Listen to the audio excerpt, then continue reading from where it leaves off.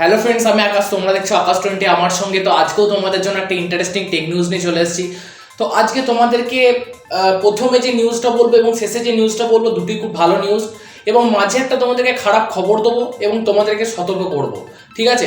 তো পুরো ভিডিওটা সে কারণে যেন মন দিয়ে দেখো, কারণ তোমাদের জন্য ভালো খবরও রয়েছে, খারাপ খবরও রয়েছে। তো প্রথম যে খবরটা বলবো সেটা ফেসবুকের কাছ থেকে। ঠিক আছে? তো ফেসবুকের কাছ থেকে কীরকম জানা যাচ্ছে, ফেসবুক মানে যেটা মেটা, ঠিক আছে, তো সেই ফেসবুক জানা যাচ্ছে নাকি ইউরোপেতে বলছে তাদের ডাটাটা, মানে ফেসবুকে তো ধরো ডাটা বিভিন্ন জায়গায়, মানে ফেসবুকের কাছ থেকে তো সমস্ত ডাটা এখান থেকে ওখানে ট্রান্সফার হয়।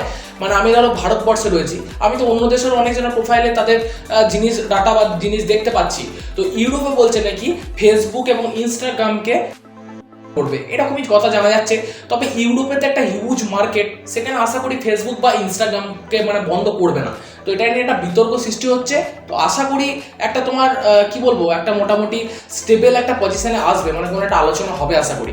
তবে দেখা যাক কতদূর কি হয়, এরপরে ইনফরমেশন পেলে অবশ্যই ইনফর্ম করবো। তো চলে যাচ্ছি পরবর্তী নিউজে। তো এই নিউজটা হচ্ছে স্যামসাংয়ের কাছ থেকে।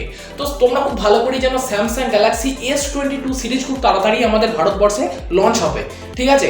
তো এই যে S22, তো এখানে একটা খুব সুন্দর কাজ করেছে স্যামসাং, যেটাকে খুব হাততালি দেওয়ার মতো কাজ এবং বাহবা দেওয়ার কাজ। যেটা হচ্ছে, দেখবে সমুদ্রে যারা মাছ ধরতে যায় তারা কি করে, ওই যে নেটটায় যারা মাছ ধরে সেই নেটটা ওই জলেতে ফেলে দেওয়া হয়, বা সেই যেটা নষ্ট হয়ে যায় সেটাকে ফেলে দেওয়া হয়।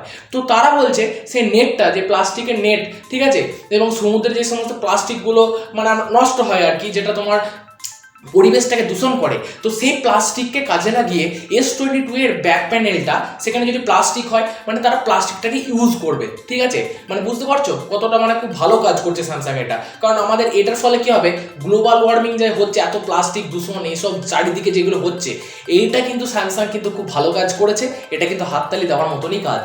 ঠিক আছে? তো আশা রাখবো কি ভবিষ্যতে স্যামসাং এরকম ধরনের আরও অনেক মানে এনভায়রনমেন্টকে বাঁচানোর জন্য এরকম অনেক কাজ করবে, এই আশায় রাখবো। তো দেখা যাক কতদূর কি হয়। তো চলে যাচ্ছি পরবর্তী নিউজে। তো এই নিউজটাও আসছে স্যামসাং এর কাছ থেকে। তো স্যামসাং গ্যালাক্সি S8 যে ট্যাবটা আছে না, S8 ট্যাবটা আছে বলবো না, যেটা লঞ্চ হওয়ার পরিকল্পনা করছে স্যামসাং। তো ফাইনালি এটা তোমার S8 প্লাস এবং S8 আলট্রা, ঠিক আছে, এটার যে টপ ভেরিয়েন্ট হবে সেটা তোমার ল্যাক হয়েছে 12GB র্যাম থাকবে এবং 256GB রম থাকবে, এবং এখানে তোমার দুটো সিস্টেম থাকবে, ওয়াইফাই মানে অনলি ওয়াইফাই, শুধুমাত্র ওয়াইফাই দ্বারা একটা হবে, এবং আরেকটা হচ্ছে ওয়াইফাই 5G। ঠিক আছে? এইরকম ধরনের কিছু ল্যাক হয়েছে, তবে জিনিসটা খুব ভালোই হবে। তবে এলে বোঝা যাবে কীরকম টাইপের হয়েছে না হয়েছে, কারণ ল্যাক তো অনেক রকমেরই হয়। আসুক, তোমাদেরকে আমি পুরো ব্যাখ্যা ডিটেলসে বলবো। তো চলে যাচ্ছি পরবর্তী নিউজে। তো মোটামুটি তোমরা সবাই জানো রেডমি একটা গেমিং ফোনের ওপর কাজ করছে, যেটা হচ্ছে রেডমি K50 সিরিজ। তো এই K50-তে মোটামুটি ধরে রাখো, মোটামুটি তোমরা একটা অ্যাপ্রক্সিমেট মোটামুটি ইউটিউব থেকে মোটামুটি জানতেই পারছো যে K50টা আসছে, কিন্তু ভারতের মার্কেটে সেটা অন্য নামে আসবে, এটা মোটামুটি তোমরা সবাই জানো। তো এটার প্রাইসটা ল্যাক হয়েছে। ঠিক আছে? তো মোটামুটি ধরে রাখো রেডমি K50 প্রাইস মোটামুটি 24,000 থেকে 25,000 টাকা হতে পারে, এবং যেটা K50 Pro যে ভেরিয়েন্টটা আসবে সেটা মোটামুটি 30,000 টাকার কাছাকাছি ছবে। তো ওটা গেমিং ফোন হবে পার্টিকুলার। ঠিক আছে? গেমিংয়ের ওপর দিয়ে ফোনটা বেশি জোর দিয়েছে আর কি। তো এটা হচ্ছে ব্যাপার। তো প্রাইসটা পর ইন্ডিয়ান মার্কেটে এলে কীরকম কি প্রাইস হবে, এটা তোমার জাস্ট এটা একটা অ্যাপ্রক্স একটা তোমার প্রাইস জানা গেছে। তো এক্স্যাক্টলি কত যে দাম হবে সেটা এখনো পর্যন্ত ধাঁধায় আছি। তো এই ব্যাপারে যদি আরও ইনফরমেশন পাই তোমাদেরকে তো ইনফর্ম আমি অবশ্যই করবো। তো চলে যাচ্ছি পরবর্তী নিউজে। তোমরা এতদিন ধরে অনেক প্যাড দেখেছো, ঠিক আছে, অনেক প্যাড ইউজও করেছে অনেকজন। তো এই যে প্যাড, তো প্যাডের উপর কিন্তু ভিভো কাজ করছিল, ভিভো একটা প্যাড নিয়ে আসতে চলেছে। তো এই প্যাডটার কিছু কিছু খুব সুন্দর স্পেসিফিকেশন ল্যাক হয়েছে। ভিভো যে প্যাডটা নিয়ে আসছে সেটা স্ক্রিনটা অনেকটা বড় সাইজ হবে, 11 ইঞ্চি মানে স্ক্রিন হবে। ঠিক আছে? 11 ইঞ্চি স্ক্রিন হবে, এবং ডিসপ্লে রিফ্রেশ রেট হবে 120 Hz রিফ্রেশ রেট। চিন্তা করতে পারছো? তার মানে ডিসপ্লে কোয়ালিটি ভালোই হবে আশা করি। এবং সব থেকে বড় কথা হচ্ছে স্ন্যাপড্রাগনের 870 প্রসেসর এই ট্যাবটার মধ্যে ইউজ করা হবে। ঠিক আছে? এই প্যাডটার মধ্যে, এবং তার সাথে সাথে 8040 mAh ব্যাটারি পিক আপ থাকবে। ঠিক আছে? তো ট্যাবেতে এরকম ধরনের ব্যাটারি থাকে, তোমরা মোটামুটি সবাই জানো। বাট একটা মানে খুব সুন্দর কাজ করেছে ভিভো তার মধ্যে, যেটা হচ্ছে ওই ব্যাটারির সাথে 44 ওয়াটের, 44 ওয়াট বা 45 ওয়াটের, 44 ওয়াট সম্ভবত ফাস্ট চার্জকে তারা ইউজ করছে। মানে ট্যাবেতে এতদিন ধরে ধরো মোটামুটি 18 ওয়াট বা 20 ওয়াট এরকম ফাস্ট চার্জ দেখতে, কিন্তু এখন ফোনে যেরকম মানে ফাস্ট চার্জিংয়ের ট্রেন্ডিং চলছে, ভিভো কিন্তু সেই প্যাডটার মধ্যে কিন্তু 44 ওয়াটের ফাস্ট চার্জিং দেওয়ার পরিকল্পনা করেছে। তো এই জিনিসটা সত্যিই খুব ভালো করেছে, কারণ এই জিনিসটা মানুষকে মানে কি বলবো, আর এই অন্যান্য কোম্পানি যারা বানাচ্ছে তারা ভিভোকে দেখে হয়তো আরও হয়তো আস্তে আস্তে ইমপ্রুভ করবে মানে প্যাডের দিক থেকে। তো দেখা যাক ভিভো কতদূর কি করে, এলে তো খুব ভালোই হয়। তো চলে যাচ্ছি পরবর্তী নিউজে। তো এই নিউজটা লাস্ট নিউজ, এই নিউজটা তোমাদের জন্য খুব ভালো খবর বলবো, যেটা হচ্ছে রিয়েলমি, ঠিক আছে, রিয়েলমি 9 প্রোকে নিয়ে কথা বলি, রিয়েলমি 9 প্রো 5G।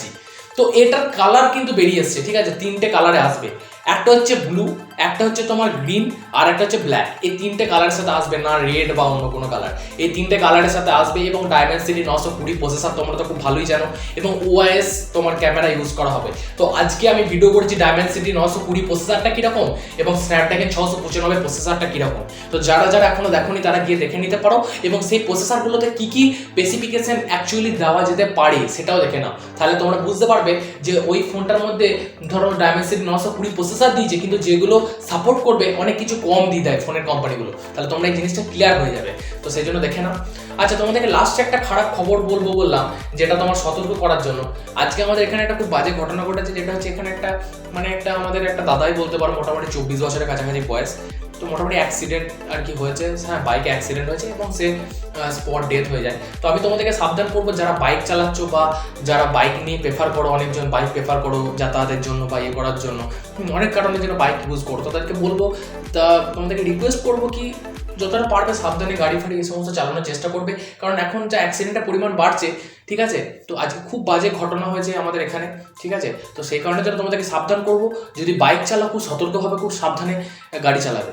আর সবসময় চিন্তা করবে যে তুমি যে বাইকটা নিয়ে বেরোচ্ছো, তোমার বাড়িতে কিন্তু তোমার জন্য অনেকজন অপেক্ষা করে আছে, ঠিক আছে। তো এই জিনিসটা মাথায় রেখে সবসময় কিন্তু বাইকে বসবে, ঠিক আছে। তো এটা তোমাদেরকে সাবধান করতে এলাম, ঠিক আছে। তো সাবধান বলতে কি, এটা তোমাদেরকে জাস্ট জানালাম জিনিসটা, ঠিক আছে। যতটা পারবে মেনটেন করার চেষ্টা করবে, ঠিক আছে, আস্তে গাড়ি চালানোর চেষ্টা করবে। তো সুস্থ থাকো, ভালো থাকো, ঠিক আছে, সুস্থ থাকো, ভালো থাকো, পরিবারের সাথে খুশি থাকো। তো কালকে অন্য একটা ভিডিওর সাথে দেখা করবো, ঠিক আছে। আর ভালো লাগলো ভিডিওটা কমেন্ট করে মতামত জানাবে, লাইক শেয়ার করে দেবে, সাবস্ক্রাইব তো যারা সাপোর্ট করার জন্য ভিডিও দেখছো তারা সাপোর্ট করো, ঠিক আছে, সাবস্ক্রাইব করো, ঠিক আছে, সাপোর্ট করার জন্য। তো কালকে অন্য ভিডিওর সাথে দেখা করছি, ততক্ষণের জন্য সুস্থ থাকো, এখনকার মতো আসছি, নমস্কার।